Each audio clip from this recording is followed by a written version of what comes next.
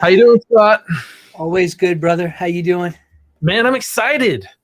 Me How too. often do we talk to people that are amazing? Like pretty much, well, all the time, every Friday. Yeah. But I had to say, like, I had this amazing experience on International Women's Day because I was talking with Kira Blackwell, who is our amazing guest today, and she just made my day. In fact, my favorite thing about that day was going home to my daughters and talking to her about that experience because just such a powerful message. I just can't wait. Yeah, I'm with you. She's well, you just look at that resume. You look at the amount of people she's inspired, the amount of things that she has done, and the launch pads that she's actually had liftoff from. What an amazing person. That's the stuff you can see from the outside, right? Right. Let's not wait anymore. I think that we should get this on the roll here because this is Leadership Line of Sight. And as always, I'm here with Scott Connors. Scott is the Chief Change Officer of Crankset Group. He is advising CEOs on how to navigate this turbulence and sharing his leadership line of sight. And my name is Taylor. I'm a marketing strategist for Gravidia, and we're really taking a look at how to elevate the voices of the people that everyone should share an experience with. And that includes our guest today. Kira Blackwell is I have a tough time putting this into words, but the way that she has made things happen in technology has opened doors for entrepreneurs in amazing ways. She was the former NASA program executive for NASA iTech. And if you're in the startup world, you know that that's like the pearly gates. Like if you get the shine from NASA iTech, because we've met a lot of people here that have been around NASA iTech, like Harold Hess, Enduralock. That guy it was just another level there. And I don't think that you or I will ever forget the ladies from SkyeLabs. Yeah. Yeah. What an amazing group of young ladies. And, you know, those young ladies look to Kira, for inspiration and for direction and guidance. And, Kira represents sort of that generation above what's coming, and she was the hope to others when she was a child, right? And now she's paying that backwards. And it's great to see the connection between those two. Yeah, the way she's opening the gates. Well, let's get this on the road. Welcome to Leadership Line of Sight, and welcome, Kira Blackwell. We're so glad to have you. Well, hi, guys. Thank you for inviting me. It's an honor to be on. And I'm not sure if I'm all that is great as what you guys said, but it was very kind of you to say all of those things. So thanks. We really appreciate you coming and spending some time with us because it's so important that people are able to like share a conversation with someone that's been in incredible places. And the way that you've been holding the door for entrepreneurs to really show themselves, like I really wonder what it's like from your eyes. What was your experience with the NASA iTech program like for you? You obviously had some incredible goals to accomplish. Well, absolutely. So NASA recruited me to come work for NASA at headquarters to run a program working with startups and, investors. And so they had an existing program that was there. And after meeting with some of the entrepreneurs, looking through a lot of the files, seeing how it was structured, I decided that, maybe I could do it a little differently because I didn't come from government. The phrase I used to say is I wasn't born here. Because most of the people come right out of college, they go through some kind of internship and they go directly into NASA. And so for me, since I wasn't, quote, born here, I came in with a little bit of a different perspective. And so when I looked at the program that existed, I just kind of scrapped the whole thing. Or I could say in the aerospace terms, it was scrubbed. And so I basically built something from scratch and said, let's see if this will work. I took a lot of input from leadership at the agency. So I met with the different mission directorates, their senior leaderships, took input from them. And I met with the chief technologists that represent every field center across NASA. And basically I asked them, pretty much like, hey, shoot holes in this. Where am I missing something? Because I'm designing a program that I plan to roll out. And then I met with the attorneys to basically say, am I going to get myself in trouble for doing this? And if I am, show me where so we can fix it before I roll it out. So it was quite the process, really exciting. But my passion for doing that had more to do with, when you're running a startup company, your resources are limited. Everybody wants that big government contract, right? Because they think, oh, this is going to be amazing if I get this. But the thing is there's a lot of things in the weeds of that contract that you're not as familiar with. And so a lot of times companies don't realize they're signing away their intellectual property rights and with their technology, and they don't figure that out until later on. And so I wanted to design something that eliminated that as an option, right? I wanted to make it easier for entrepreneurs to work with the government, still retain their intellectual property right. The government could benefit from that technology being developed. And that the key to that was bringing in the investors. So investors, innovators, and ultimately bringing the government piece and actually bringing it all together as one way to operate so that everyone benefits from it. That was really my goal. Okay, I want to unpack that for a second because there was some magic in there, some amazing magic, because what used to happen with the entrepreneurs that won NASA iTech, and how did you change that? Well, so you mean what happened when they come through my program? Yeah, there was an instrumental change that was something that was the entrepreneurs didn't get a great shake when they came through the iTech program before. Well, it comes down to the value of their intellectual property. That was one of those key moments. So iTech didn't exist before me. So there was no iTech. There was SBIR programs. There's other programs where they could actually be awarded funds. But again, those funds didn't protect the intellectual property for the entrepreneur. It's usually on the shoulder, or the responsibility falls on the entrepreneur to know that you need to protect that. Well, again, you have a startup company developing something. Maybe they came from a lab. Maybe they're in their garage. They're developing something. They made a discovery. Most of them don't have attorneys. Most of them don't have the resources, one, to even figure out how to protect their intellectual property rights, to figure out how to renegotiate maybe a contract win, right?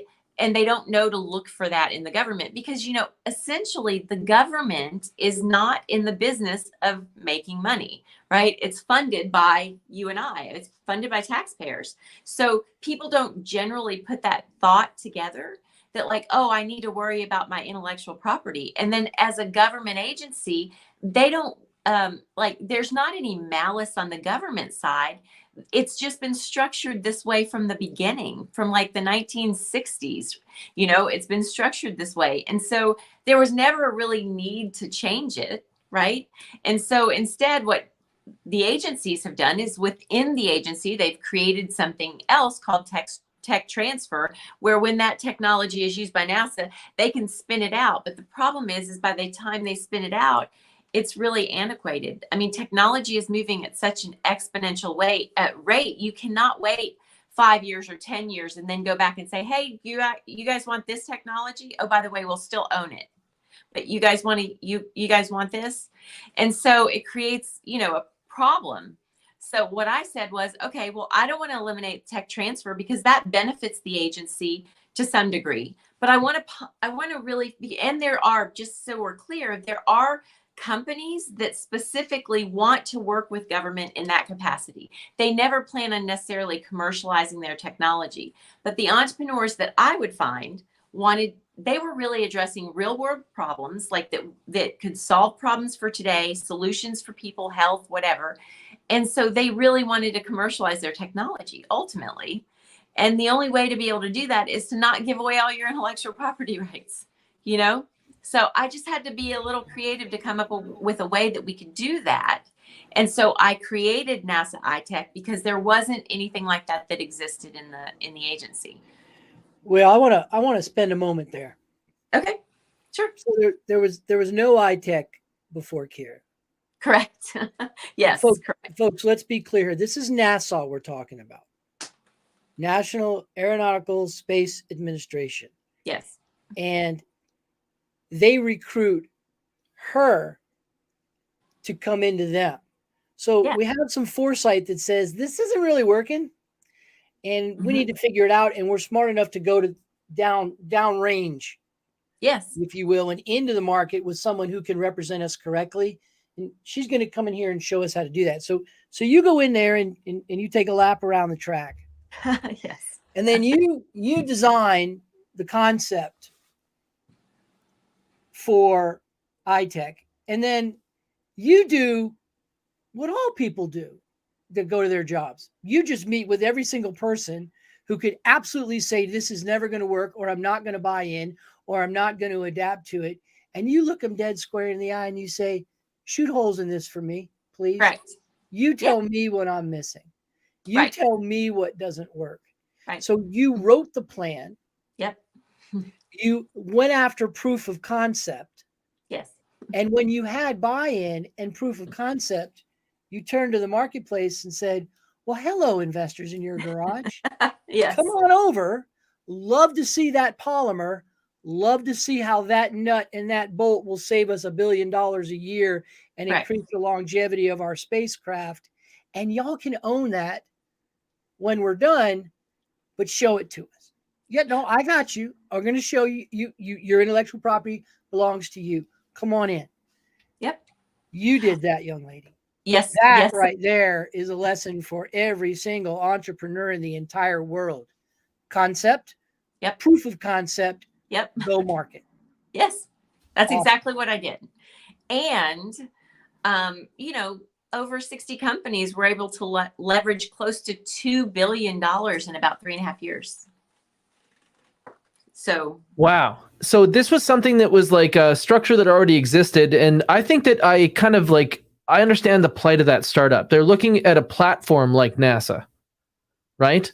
And they're like, oh man, this is like what it must be like. Because as a kid, you get discovered, right? Like somebody comes and discovers you're a great singer or discovers that you're a great entrepreneur. Correct. But what they didn't understand is that this was the government and that the way they wanted this to end up wasn't in alignment here. Well, the thing is you don't know what you don't know, right? Most of them know their technology, the ins and outs of it, what it can do. If I could easily say to them, well, would this work in a zero gravity environment? Would this work in these extreme conditions or these temperatures that are pretty extreme? If they didn't know, what's amazing about entrepreneurs is they would say, I don't know, but I can get some tests done and I can tell you. I'll come back to you. That's the amazing thing. And so for us, my end goal as NASA was not to necessarily fund their technology. That wasn't my goal, because if I gave them a penny, then I had to take that intellectual property, right? So instead of doing that, I said, well, if I bring investors in, private investment dollars, the entrepreneur and the investor can actually talk after these companies go through a vetting process at NASA iTech. So they go through an application process. Those applications are vetted. They were vetted internally from NASA, from our chief technologists across our field centers. We also had an external contractor that actually did the first level of vetting. And then they gave us basically the top 25. And then we took the top 25, ranked, scored them, on a very clear scale. We scored them. And so the highest scoring 25 would make it into the top 25. Then those 25 were down selected to the top 10 from our chief technologists within the agency. If you made it into the top 10, an investor would generally, and many of them commented on this, they would go to our pitch competitions and they would say, I could invest in 10 out of 10. Like, there is a win with every single one of these, which was why we would get investors showing up like in droves. We had a lot of investors that would show up. We had a large following, large contractors that partnered with us that would be there, like Lockheed Martin. They always sent somebody to evaluate those companies developing the technologies. And here's the thing, I was happy if Lockheed wants to fund the development of that technology, and then that widget, let's just say that widget that can solve a problem for us, they end up taking that widget and they basically will use it and sell it back to us. I'm happy, because guess what? They helped to fund the development of that particular technology, all the way around. But if I were to give them money, personally, if the government gave them money, there's a guarantee they're not going to get their intellectual property rights. If they work with a company like Boeing, they're going to be a little bit, or Lockheed or something like that, they're going to be a little bit more cautious going into it, saying, hey, Boeing wants to buy our product. What does that really mean? Whereas if it's the government, there's always this sense of, I don't need to worry about it. It's the government. And it's not that the government does it maliciously. Again, I'll go back to, that's the way it was originally designed. And it's not just NASA. It's also Department of Defense. We have this thing called the FAR, right? Your federal acquisition, requirements. Well, NASA has a different FAR than NIH. NASA has a different FAR than DoD. DoD has a different FAR than NIH. Like we're the two agencies that have different federal acquisition requirements where we can actually own intellectual property. So knowing that going in, most entrepreneurs don't. So for me, I was happy to just kind of share that information with them. And I think I told you when we spoke for the very first time, I told you, Taylor, that I said I would get the entrepreneurs, the top 10, they would win. Hey, congratulations, you're the top 10. Here you are. I'd get on stage and I'd say, how many of you want a government contract? And they'd all raise their hands, right? And then I'd say, okay, great. I have a form over here on stage. If you guys just want to line up here, sign up, and you're going to sign away your intellectual property rights. And no one would show up. No one would line up on the stage. And I knew that they knew how important their intellectual property was. So I said, this is why we're not going to do it this way. This is why I want your technology to be commercialized so I can buy it off the shelf, right? At some point down the road, I can buy it off to their survival. In some way, it's almost like when you watch National Geographic and all the little turtles are trying to make it to the water. Mm-hmm. And it's all of these scientists that are trying to shelter them and, get more of them to the water because they're in jeopardy. Right. And really, startups are so much in jeopardy. And it's also a weird place to be in. Like, I come from business where there's bad ideas that are overrepresented. Yes. And then I go into the tech world and it's like the opposite. There's great ideas. There's amazing ideas that die every day because they don't know how to talk about them. Correct. And we help an amazing platform like this totally solves the problem if they don't rob themselves in the process. Yeah, I was probably the toughest or meanest, I guess you could say, with some of the entrepreneurs. I don't know if anybody are watching, they'll surely attest to it. I was probably a little tougher than most. But ultimately, what I wanted them to be able to do was to be able to talk about what their technology could do. Why should I care? Why should I care what your technology is? That was usually one of my questions. I'm like, after you go through your 20-minute spiel and digging into the weeds, I would just quietly, I just want to know, why should I care? And at the end of the day, by the final day, their pitches were amazing. Like every single one of them. I mean, I had a great team. Tom Flake was one of the guys that was on our team. He was great. He was way more patient than me, but we would spend hours with them, really for the days leading up to the pitch competition, sometimes till 12 or 1 in the morning. The entrepreneurs probably got no sleep leading up to their pitch competition. But when they gave their pitch, like when they talked about their technology, they talked about its Earth application, the space application, because often people don't think that we need some of the very same technologies in space that we need on Earth. Like, I mean, it's simple to me because obviously I'm in that space, but no pun intended. But being in that environment, I'm very aware that we do need a lot of those same things. So I would come across the technology and I'd be like, hey, that's great that you're solving a problem here on Earth, but do you think that could work we could make that work in a zero gravity environment? And they'd be like, I don't know. And I'd be like, hi, I'm Kira from NASA. Can I talk to you a little bit about it? I've been in that hot seat. So in talking about people prepare for pitches, just to give us some context, how long is the pitch at NASA iTech? When you have to talk about space and Earth, how many seconds do you get? Well, there's 2 different ones. So we would do basically for for the finalists, the top 10 finalists, they had actually 30 minutes, 15 minutes to give their pitch and about 15 minutes of Q&A with all the with all our chief technologists and investors that sat on a panel.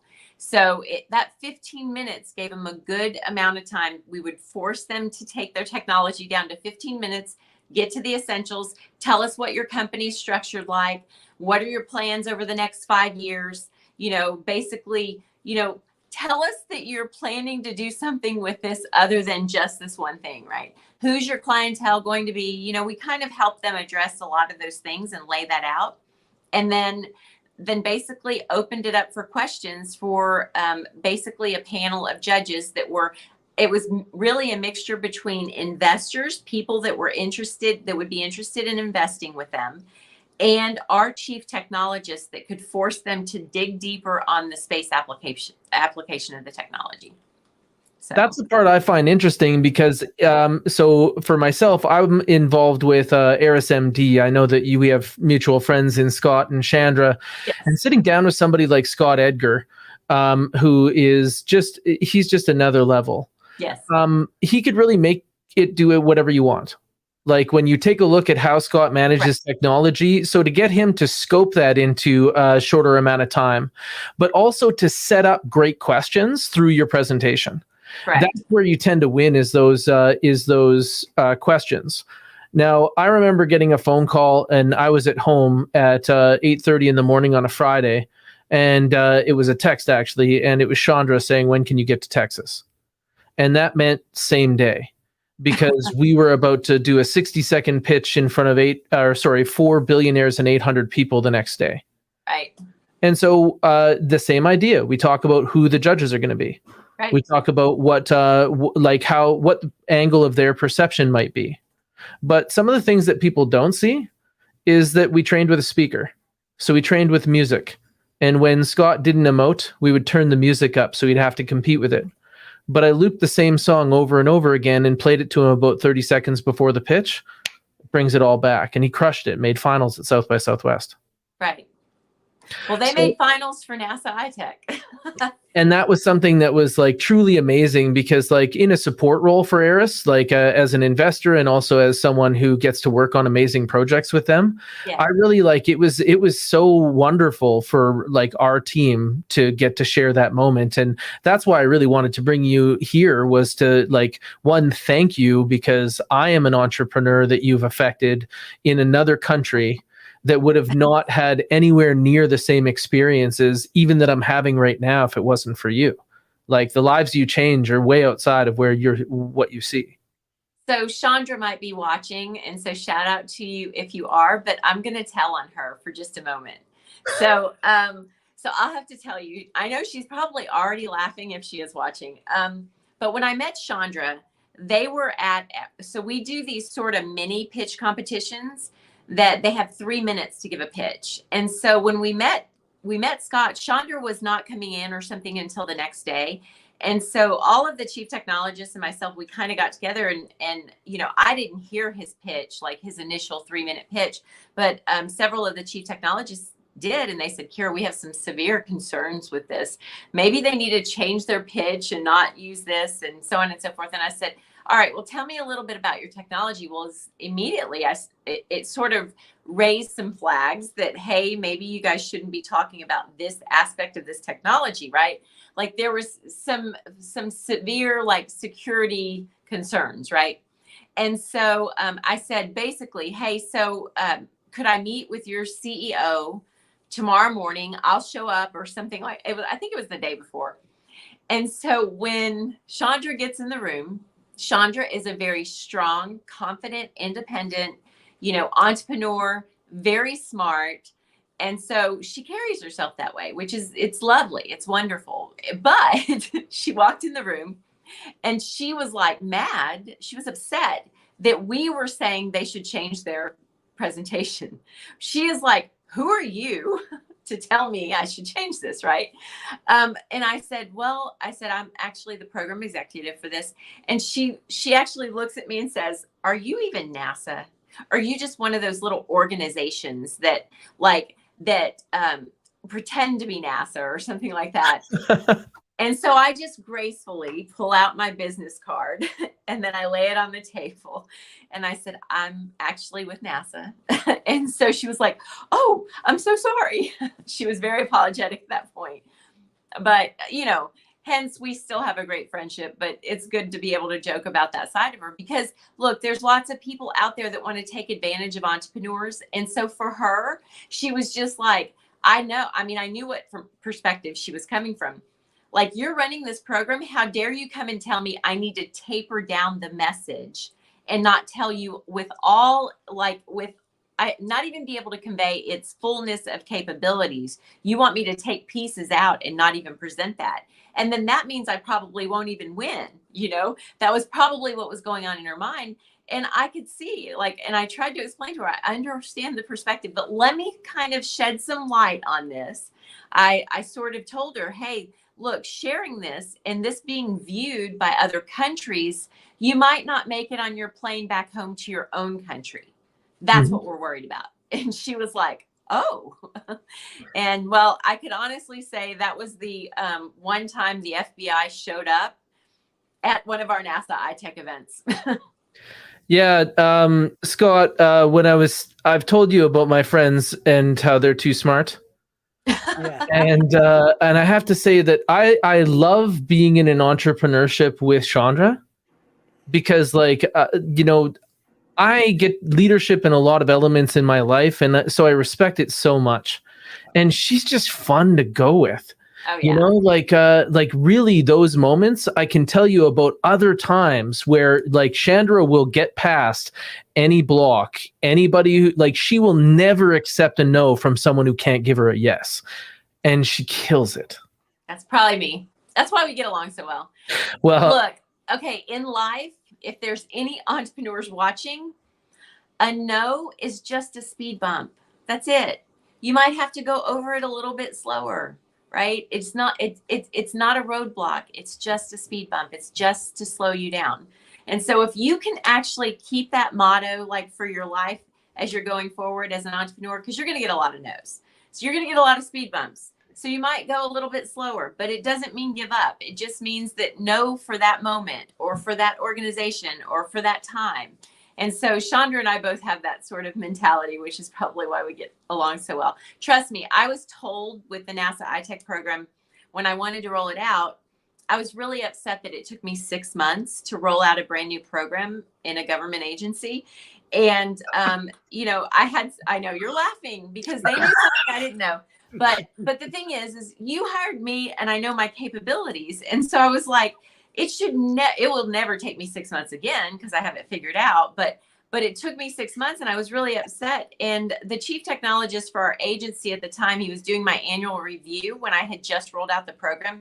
And he said, his lead sentence was, it took you 6 months to roll out this program. I said, yes, I know. David, I'm sorry. It will never take me 6 months to do something like that. I mean, I was so apologetic because it took me 6 months. He said, stop, Kira. That should have taken you 3 years. Yeah. 2 to 3 years, easy. And it took you 6 months. So from someone who doesn't take no very lightly, right? It's just a speed bump. I love your comment. And no is just a speed bump. When I'm advising startups, VC sort of phase organizations, I always say it's not if, it's when. Right. Just not when yet. Keep going. Well, I mean, the whole reason why I think of it as a speed bump is we interact with speed bumps on a regular basis, right? And if you just look at that word no is just a speed bump, in your brain, relate it to, it's not a no, it's just a speed bump. It's not a no, it's just a speed bump. And I think it just changes your mentality about things because it forces you to think, okay, so it doesn't work now for this time. So then what can I do to change it or modify it or make it work? How can we get to a yes? And while we're doing that, I might have to go a little bit slower, but it's not a roadblock. Yeah. So a no is like a yes you have to unlock. Yeah. Or I remember when my business started to grow and people started to bring me quotes that would be concerning because they're high. Yeah. And I had to turn it into expensive is a home run. So if it doesn't look like a home run, don't pay this much. But if it is a home run, double down. Right. I mean, yeah. And I just think entrepreneurs are going to always, you're always going to get people who don't see the vision for what you're creating. They don't understand. Not everybody thinks the way that you do. So when you can see a technology and look at it and say, I know that it could be beneficial to use here, here, and here, not everybody has the same kind of vision. And so sometimes you have to be creative and try to show it to them in a different way. I was when I had my own business and I was doing some contract work with a contractor for NASA. They hired me to help them bring in some business, like some work to one of the field centers. And so I knew what the problem was. I told them, hey, here's the problem. And their first response was, yeah, we don't want to do that. I'm like, okay, but this is what you have to do to be able to bring in this business. And they were like, yeah, we want you to come up with different solutions. So I thought, okay, I know this is the answer they need. They don't know it's the answer that they need. And so what I did was I went, and I didn't want to have to do all this, but I pulled all the data from all the other NASA field centers that were using this same path, right? That was doing this, this, and this, these three things. And so this particular center needed to do these three things. They just said, no, we don't want to go there. We don't want to go there. So then I creatively inserted that chart in a presentation that I was giving them. And I said, and I listed all the centers that were using that same strategy to bring in new business, right? And so I go over that presentation, I bring that slide up, I tell them, and this is how other centers, all the other centers, and if you could see, NASA has 10 field centers. And so all the other 10 field centers are using this same strategy. And I showed it to them, and then I went to the next one. And the guy who manages that center said, Kira, can you go back to that slide before that? I want to visit that. And I said, sure. So I go back, and he said, well, I want to do that. Now that was exactly what I told them 2 weeks ago that they needed to do, but he couldn't see the vision for it, right? He couldn't understand it. So I had to creatively find a new way to show it to him without forcing it down his throat. And he goes, well, I want to do that. I said, well, that's great. That's great news. And he said, so we can do that? I said, yes. In fact, we have a meeting scheduled on Friday. He goes, you already scheduled a meeting? I said, yes, I just haven't sent you the invitation yet. Now that you approve of it, I'll send you the invitation. He goes, so you've already planned for us to do this? I said, yes, because I know it's the answer we need. And I knew once you saw this chart, as smart as you were going to realize it too. Wow. So like that's something that sometimes I feel as well, is where you almost need to, in some sense, like snap them into understanding this is in their best interest. Like there has to be a moment where maybe it's a lens of perception that you lend to them, like in that example. I thought that was amazing. But it also makes me wonder, because you're incredibly compelling. And I bet you that that's something that the people around you would want to know more about. So when you think about setting up these moments, when somebody gives you that speed bump, their temporary no, yes, do you have like a muscle memory movement as to like how you go into reflection, or is there something that you're like, oh, okay, like how do you set up a moment that you just described like that? So when it came to that, at the end of the day, I was brought in to help them bring business. So I look at that particular situation. I handle every situation as I encounter it. So I can't say there's a simple formula other than I look at the situation and I say, okay, they brought me in to help bring them business, right? So that's sort of why I'm there. If I don't do this, are there other means in which I can bring in outside business that would be, say my contract's 6 months or whatever? Am I going to be able to achieve that in that amount of time? Probably not. I mean, there are other, paths, but how important is it for them to see it? And so it was so important for this center director to be able to see that this was the path he needed to go, that I was willing to find multiple ways to show it to him, right? I was willing to put the work in on my end, create a time where I can do a PowerPoint presentation going through what I basically I met everybody at your center. I talked to different people. I talked to some of your contractors. So I was just kind of do a briefing over like what I had done the last week when I was there. And so I inserted that in there in one of the slides, where I could make it make sense, only to help him see it from a different perspective. Because I had told him once, he was like, no, we don't want to go that path.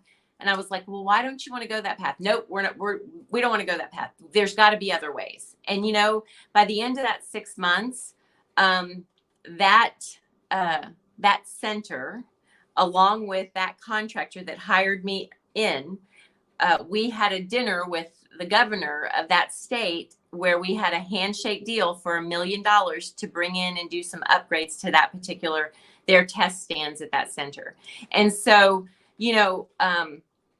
then they knew, oh my gosh, yeah, we should have done this all along. Right. And I knew I could get it to that point, I mean, the thing is I'm never going to lie or manipulate. What they're always going to get from me is authenticity.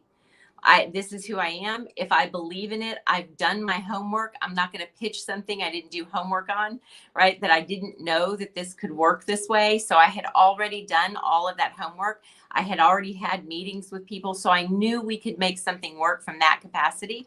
And so it was important enough for me to have to include a different slide to change their perspective, and hopefully they would see it that way. And I always do the whole contingency plan, right? If it doesn't work out and he still doesn't see it through that presentation, I would still have the meeting. Then I would gather the data and the information. Then I'd come back to him and represent it one more time, whatever it took for him to see it. But luckily he saw it that second time I presented it. He saw it, he got it. And then of course he really got it when we actually had a $1 million commitment from the governor of that state. Wow.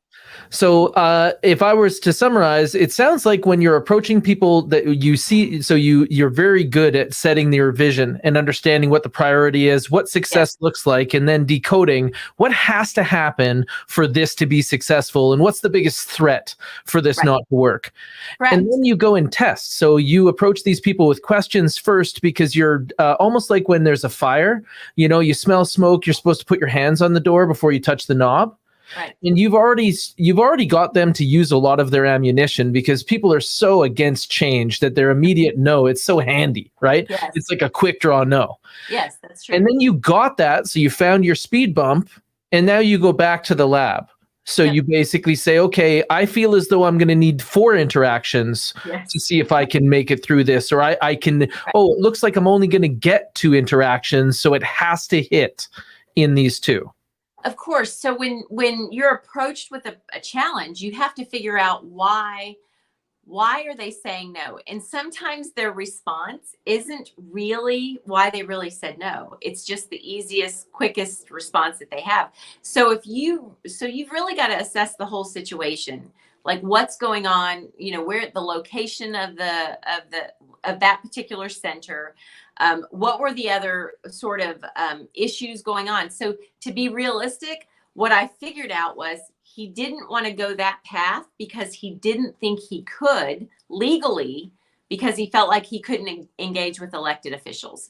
When he saw the chart, which I knew, which was why I put together the chart, that every other center, 9 of the 10 field centers are doing this, right? So once I put that up there for him, we visited that chart. When I revisited it, he said, well, Kira, I didn't know we could do that. So when I first asked him why not? And he was like, no, I just don't want to go that path. That's all he said. He didn't want to go that path. When I started talking to other people that work with him and stuff like that, I realized, he might have some concerns with violating agency policy, which means, I don't want to engage with government officials. So I knew that would be the issue. So that's why I went back and said, okay, what other centers are doing it? How can I prove to him, give him tangible evidence that it's okay for him to do it without me saying, it's okay for you to do it, right? Because, he might not trust me at my word. But once I showed him, hey, the evidence, boom, boom, boom, all these centers are doing it, he went, so it's okay for me to do that. I said, yeah, actually, the rules are you can't do this, this, this, and this. So I went and did the research for him and had those answers to provide to him when he said, I thought I couldn't do that. I said, well, you can do that. You just can't do these things. So, Taylor, let's not let it just go to waste here. That it went from I really don't want to go that path to, oh, and then we had dinner with the governor. So it's Kira kind of gave up, on the story without. I kind of want to know how we got to dinner with the governor, and I think our listeners probably do too. And you share what you can, but talk about influence, talk about leadership, right? Talk about inspiration. Yeah, you can, and I'd like you to meet the governor. I mean, if that's not a mic drop moment, Taylor, I don't know what is. well, to be honest, I don't know. I guess I was just raised with the perspective that there is every person puts their pants on the same way, and so I have no fear when I'm approaching somebody when I know that there can be a win-win. So you can always get your foot in the door with an elected official, with a governor. As an entrepreneur, you have to realize governors want people to bring jobs to their state, right? So I thought, how can I have a conversation with this governor about it? Well, this would create more jobs, right? And so how could we create more jobs if the governor invested $1 million into revamping a test stand? How would they get more people there to use the test stand? And so I was like, well, who could I work with? And I went, a university.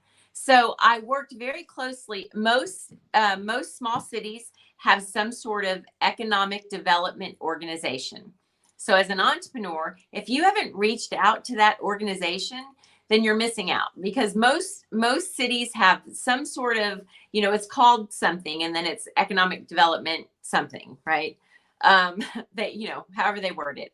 But most organizations have that. If it's close to, maybe you want to work with DOD, and you know that there's a DOD, there's an Air Force Center down the road from your house. If you want to work with them, find the economic development organization in your city.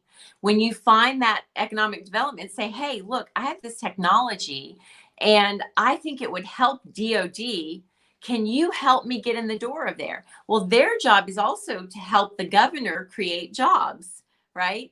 The mayor of that city funds it. Usually the governor funds it because they want to bring corporations, companies, businesses, and innovations to their town. And so if you're one of those creative entrepreneurs, reach out to them. They're amazing because they're always connected to those large corporations. They're connected to like the programs those large companies have. Like at some of the NASA centers, they might still have this, but they offer free engineering services. It happens in Texas for sure. They offer free engineering services. So you can go to the Economic Development Organization. They'll put you in touch with the person at NASA that manages that program with the Economic Development Organization, and they'll contribute. Engineers from there volunteer their time to contribute to help entrepreneurs sort of to get over a hurdle that they're going through. But you wouldn't know that unless you reached out to those type of organizations. That's a very key point for our entrepreneurs out there, Taylor. Networking. Yes. Now, networking is, the return on investment of networking is tough. There's a lot of networking you have to do versus connecting into a network where you go into the economic development because that's the path that gets you to where you want to go and the logical steps to get there.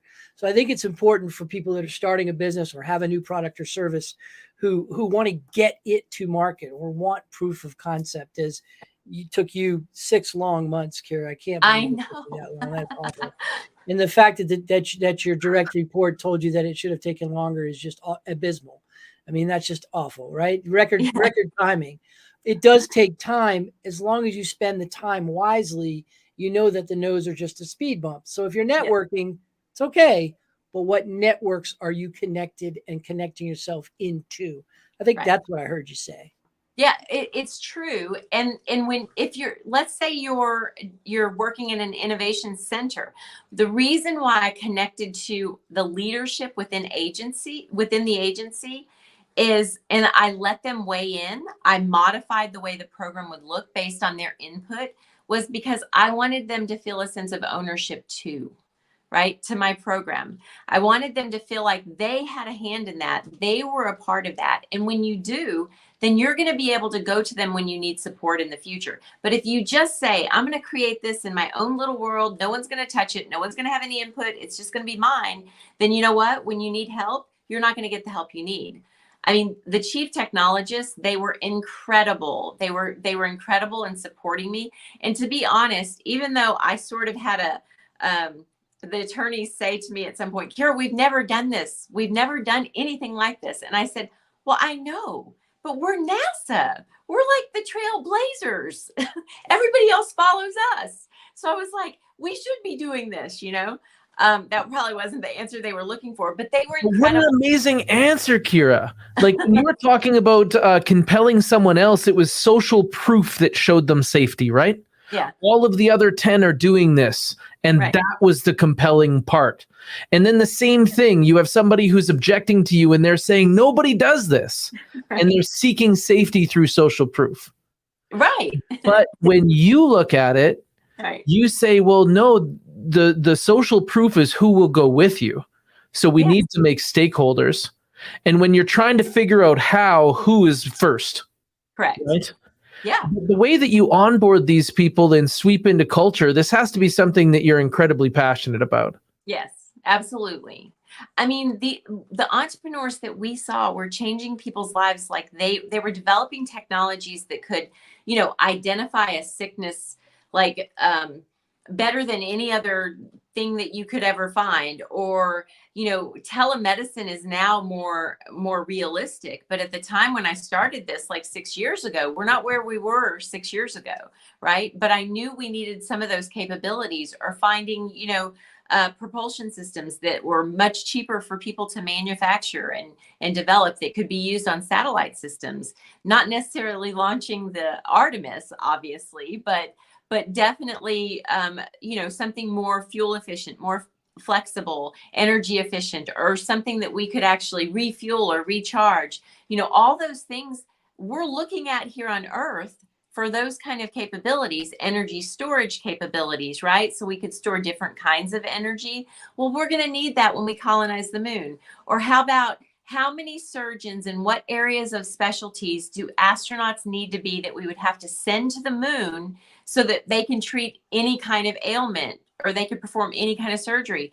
Well, how about I find a doctor, a head surgeon, who's developing a robot that can actually assist any surgeon to perform any kind of surgery, because that's what we could use on the moon when we colonize it, right? That is something we could use. But here on Earth, knowing that, I think the last number that I had saw, it was like 433,000 people die a year from avoidable medical mistakes, right? That occur like during surgeries and things like that. That is the size of Atlanta, Georgia. Like that's that many people that would die every single year from avoidable medical mistakes. And so that doctor was very passionate about solving that problem. And so I loved it, because I said, hey, you know what, Dr. Kim, I love your idea too, because we need that on the moon. So if you develop it here, we don't have to reinvent it, right? We could buy it off the shelf and modify it for our, you know, zero gravity or low gravity environment, or whatever the case may be. We could modify it for space, but once you've done the bulk of the research and building it and the AI within it, then from there we can actually work with it. And then NASA saves money. We're able to focus our resources on really taxpayer dollars on the things that aren't going to be built by people on Earth, right? That we don't expect other corporations to take on the cost of that. We can focus our resources where they need to be, and then we can still work with industry in a way without having to take their intellectual property as they continue to move forward and solve the problem here on Earth. Yeah, that's amazing. And that's exactly what was the passion behind AerisMD, with Chandra and Scott, to battle against that medical error leading to so many people dying, and also allow surgeons to see the inside from the outside. You know, when you think about people being remote, whether they're being on the moon or somewhere else, the fact that they could, in some version of what we may now call the metaverse, meet with someone who's already successfully achieved that surgery and practice with Yep. them is something that's absolutely unique. And the fact that there are people on earth that are thinking about these things, well, people like yourself and the people that you are surrounding yourself with are thinking Right. about how to apply those to space. Man, that's incredible. I remember when Harold took us into that same like mental space, right? Oh, Talking about yes. how the solutions here don't work on Earth, or like don't work out there because of Yeah. how many contingencies you need. Yes. I have a question about something that we've been seeing in the news. Scott, you saw this come up, and I'm wondering what your take is on this because of relating to culture. Um, Apple, Meta, and Amazon drop off comparably with 2022 best company cultures list after topping last year's ranking. Is that something that is like on your radar? We've been talking here about things like the Great Resignation and people changing, but do you really feel as though company culture is in jeopardy, and it's starting with some of these big corporations? It's not in So, it's not in jeopardy. I think it's in transition. I think what we're seeing right now is a workforce that's tired, a workforce that feels undervalued, a workforce that doesn't feel incentivized or energized. I mean, if you're Amazon, you're dealing with the warehouse collapse, the unionization issues, you're dealing with the workplace treatments, you're dealing with some issues. If you're at Apple, you're dealing with a lot of work on your desk, a lot of technology, a lot of deadline, while you're battling COVID and your family issues. If you're at Meta, you're dealing with a PR disaster relative to Facebook and changing the name to Meta. And how does that feel if you've given your whole life to Facebook and now that's now Meta? So you've got a lot of cultural changes at bigger enterprises. When you have that, there's usually a ripple effect out to those suppliers and those vendors and those contractors, as Kira had spoken to before. And so I think we need to be very conscientious of our workplace cultures right now as leaders. And we heard Kira mention that when she was coaching the presenters in iTech, think, what's your company structure? What do you plan to do with your company structure in the coming days? That's all built around the synergies of culture. And I think that's something we need to be focused on right now, all of us in leadership positions. Now, Kira, I saw you queue up to answer that as well. So what I was going to say is people are committed to people. They're not committed to a company. And if every single company would truly grasp that, then the leadership, they would invest more in training their leaders to make them better leaders. They would select the right type of leaders that will have people that want to follow them. I mean, that's the thing, is people are committed to people. And so when you have like people that are exiting by the masses, you should be looking, honestly, you should be looking to your leadership team and saying, what's going on? You know, what are we doing? What are we missing? Like, what are we not doing? But a lot of times they don't do that. They'll make some assumptions that, most places have exit sort of interviews, right? Most places give you an exit interview. And if we did a poll on how many people were honestly candid on the exit interview, I think, like, that show, Liar, Liar, where he couldn't tell a lie? Yeah. If we could only do that when people had their exit interview, because I don't think people are as candid as what they would like to be, just because they want to still remain politically correct. But, leaders need to know that you wouldn't be successful without your people. Like I would love to say, oh my gosh, NASA was amazing and it was all because of me. But that's not true. I had an incredible team of people that supported me as we built this program. And as it grew, they became flexible, and figured out new ways for us to do things. And literally I would bring them into a room and so that we could brainstorm on better ways to solve some of the problems that I saw as problems. Like, hey, I don't like the way this website looks. I'm going to create a competition within my own team in a one-day strategy session.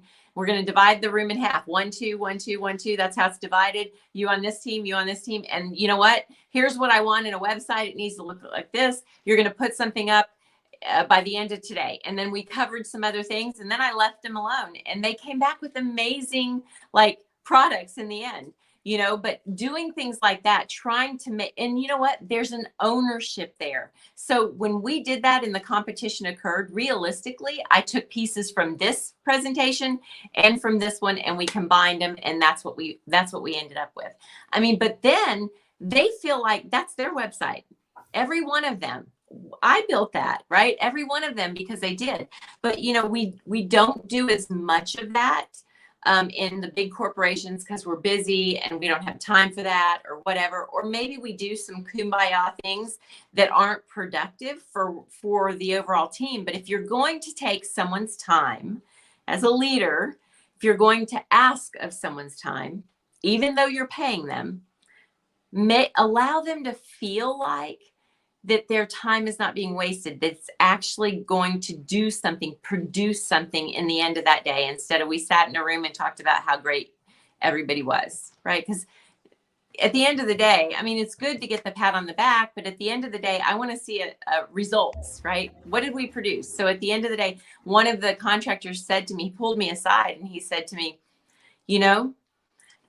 this is the first one full day workshop that I ever felt like I've achieved anything out of. And we did as a team. And I said, well, that's what it should be like, but if you give your team that opportunity as a leader and move out of their way, often they know better than you on lots of things. You just have to be willing to accept it and listen and learn and give them the opportunity to show you. That's very powerful. It's just such a powerful message because we're always better together. Yes. Right? Yes. And often the greatest decisions are made because the people are the closest to the work. Correct. Right? Yeah. I trusted my team, to be able to help guide me through some of those things. And so now when you take a look at the immediate future, so one of the things that inspired me was that your approach to creating the NASA iTech program was to find the broken piece that would make the biggest difference. Correct. Right? And that vision is incredible. Problem spotting is so much more valuable than problem solving because we can crowdsource the solution to anything. Right. What do you see now when you look forward? When you look in this next year, we've got a lot of news right now. And when you lean forward in your mind, what do you see as the valuable problems to solve? Oh, geez, there's a lot of things that could, I don't know. So I stepped into a different type of role. But when I look at everything that we're sort of facing in the future, I'm probably a little more optimistic. I mean, I guess the glass is always half full for me. I can always see the good in any situation, right? And I'm not saying that everything's always easy and everything's always good. I'm just saying I can always find the good in it, right? And so, in the current space that I'm in, right? A partner and myself, we started a company, and I can't really go into too much detail because I will be able to in about 2 months. You'll hear from me. So then you can come back? Yeah, sure. I would love to. And so in about 2 months, because I would spend as much time with you as you give me. I absolutely love having conversations with you. So you're starting a new adventure. Yes. And so going down this path, we've had some discussions about, gosh, the economy is really bad. The stock market's being hit. How do we look at this? And so from our perspective, it was easier to look at it from that's true. Right? You can't take that away. The truth is there. The facts are the facts, right? And so what's good about that? Well, the good thing about it is, and then we're able to pull out what the benefit of the down market is for the path that we're going. And so for me, if it's down, it's down, it's fine. We're still going to be able to move forward and it's going to be fine. And so I think with any challenge that you see in the world, like right now, I think for entrepreneurs, I really think government, NASA iTech really sort of lit the fire for all these other government agencies. Again, NASA's the trailblazer. I'm sorry, it is. Sorry, other agencies, if you guys are listening and you're going to get mad, but NASA's the trailblazer. And so we started something, and other agencies, even across the country, tried to replicate what we did. And it's the biggest compliment. But what that did for entrepreneurs was it gave them an on-ramp, an opportunity to be able to figure out, how do I engage with government? Hey, I want to get some of that money from DoD or from NASA, or I want to work with this agency or that agency. What happened was, when we started it, people started seeing the success because they had never thought that we could actually engage with investors, with the government. They didn't know how to do it. And so we sort of set a path, laid out a template, and said, this is how we've done it. And I would say within about 2 years of us doing it, the Air Force, they tried to replicate a lot of what we did. And someone from within DoD, from within the Air Force, literally stopped me at the Space Symposium and said, Kira, hey, I'm sorry. I know we hijacked some of your things that you've done, but it seemed like it worked so well. We just wanted to incorporate it into something that we wanted to do. I could have actually responded one of two ways. I could have said, well, that's horrible. You're copying my work, right? Which is not the right way to respond. Instead, I said to him, I'm so glad that you guys found something that was valuable to the Air Force, that you guys can do exactly what you're doing, because I don't have the capacity to help NASA and the Air Force. I can just help NASA. So I'm so glad that you guys are doing this too. And so what's great about that for entrepreneurs, it's not the old typical way in which you can engage with government. They've created new ways. They're using a credit card system to actually award funds within a 24-hour time period. They're, the Air Forces, they're doing it. They're awarding funds. I would just say, as an entrepreneur, protect your intellectual property before you sign any contract, right? Or call your uncle who maybe is an attorney, or your cousin who knows an attorney who would look at the paperwork. Something to protect your IP, because you just don't want to sign that away for, $250,000 may sound like a great amount for for you to get a start, or $100,000. But that, as a researcher or an engineer developing a technology, that is just a drop in the bucket. That's not going, paying the costs for, doing testing. Find ways, like, you have more access to other government agencies, but find ways, whether it's like the Air Force Academy, the United States Air Force Academy in Colorado. If your technology aligns with the kind of research that their engineers need to do, guess what? You only pay 3% overhead at the Air Force Academy to actually have them run it as a project. 3%. It's nominal. It's a nominal fee. Like, you're not going to go to any lab and be charged that. Well, guess what? If your technology aligns with what they're doing, and you don't say you don't know, you're like, well, I don't know how to figure that out. Go to their website, see what programs they offer, see what PhD programs they offer, because they need people who are developing technologies that they could run the test on, so this kid can graduate with their PhD. Right? So it would be a great fit. And then if you have limited funds, that's one way in which you can actually stretch those limited funds to accomplish your goals. I mean, there's plenty of creative ways, but I did share with you, hey, if people have questions like that, or have questions, I'm happy to sort of point them in the right direction. I'm not going to do your homework for you, but I'm going to tell you, go to this website, do the research. If you really want it, that'll help. And if they were looking to approach you, I think that you're most easily found on LinkedIn? Yes, they can reach out to me on LinkedIn. I do actually check my LinkedIn. I mean, as long as they're not a bot. Well, that's amazing. And I really appreciate how you shared the way you approach things, because there's so many people that they know you're amazing, but they're like, how does amazing happen? How can I have a little bit of amazing? And so talking about how it's who before how, and how you find alignment, like you literally recruit a group to achieve goals because you know how humans are the highest resource. Yes, of course. I mean, I am, there's a lot that I can do. Yes, clearly. And I'm the person that will put in, I've never been one that will look at the clock and say, well, I put in my 40 hours. I never worked 40 hours at NASA. I'm sorry, guys, but they know it. I probably worked 60 hours.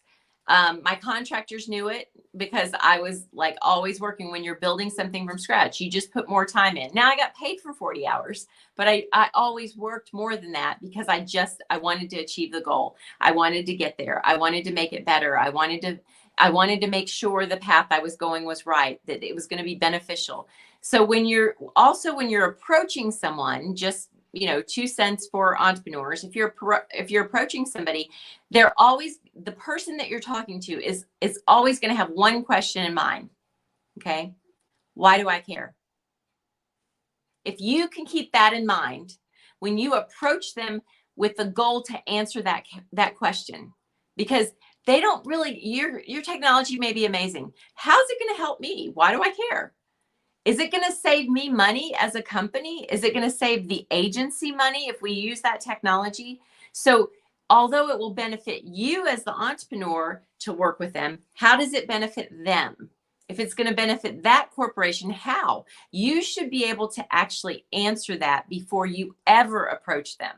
How can this solve a problem for this organization? So my very first promotion that I got when I worked for one of the contractors for NASA, but he was the GM of senior vice president of Jacobs, and his deputy called me in one day and said, "Hey, I'm going to just ask you a question, see if you know the answer to it."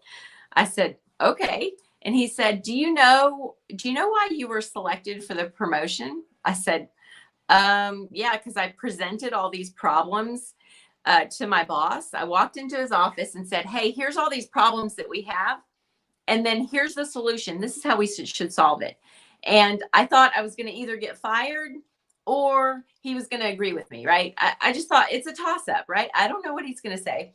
And so literally I had a page worth of problems. We're not doing this, and this is what we should be doing, and we're not doing this. So my boss looks at me, makes no expression the whole time I'm going down the list. And so at the end of the list, he looks at me, looks down at the paper, hands me the paper back. And I thought, oh, dear God, I'm about to be fired. And he said, "I agree with everything on this list. Now go do it." And I thought, Woo. crap, that's not what I thought you were going to say. Like, I don't have the team of people to do this. But so when I got called into his deputy's office, he said, "You know why you got that promotion?" And I said, "Well, because I handed him a list of problems to solve." And he goes, "No, you handed him a list of problems with solutions. Every single day he is approached with problems in the company. Every day he's approached with just the problems. You walked into his office, you had a list of all the problems, and you had the solutions. I gave him 2 options for each solution. We could do this, or we could do this. We could do this." And he said, "You know how rare that is?" And I was like, everybody doesn't do that? Wow. So Well, if you're going to point out a problem, my point is, if you're going to point out a problem, you better actually already have the potential solution first. That's because everybody's understanding of the leader is who is help. So the reason that everybody brings that guy problems is because he is help. That's why he's the leader, right? Help me with this problem. Help me with that problem. And when you brought him solutions, I did. Along with that, you showed him leadership. I did. I didn't know that. That's rewarded you with what leaders normally want, right? Yeah. That's amazing. I really appreciate that you shared that, because that's exactly what I'm talking about. These are the moments that people can say, okay, I can recognize that when it shows up now. And yeah, it was just, I appreciate that. We are definitely, I cannot wait until we're able to reveal your new announcement. I can't wait to see it myself. And so we're definitely going to ask you back in the future. This was amazing. Thank you so much for your time today. Thank you for having me. I've enjoyed it. Thanks, guys. Thank you. And thank you, everyone, for tuning in. This is Leadership Line of Sight. Today, we had Kira Blackwell, former NASA program executive, an amazing leader, talking about how she's able to accomplish things in at a large scale. And we can't wait to see what you do next. My name is Taylor. I am a marketing strategist for Gravidia, and I'm with, as always, Scott Connors. Scott is the Chief Change Officer at Crankset Group, helping people navigate this next phase. We know that it may be a little bit different than it was before, and we don't think that if it's stormy, you should not leave the beach. We think that if it's windy, you should just learn how to set the sails. I hope everybody has an excellent day, and thank you for joining us.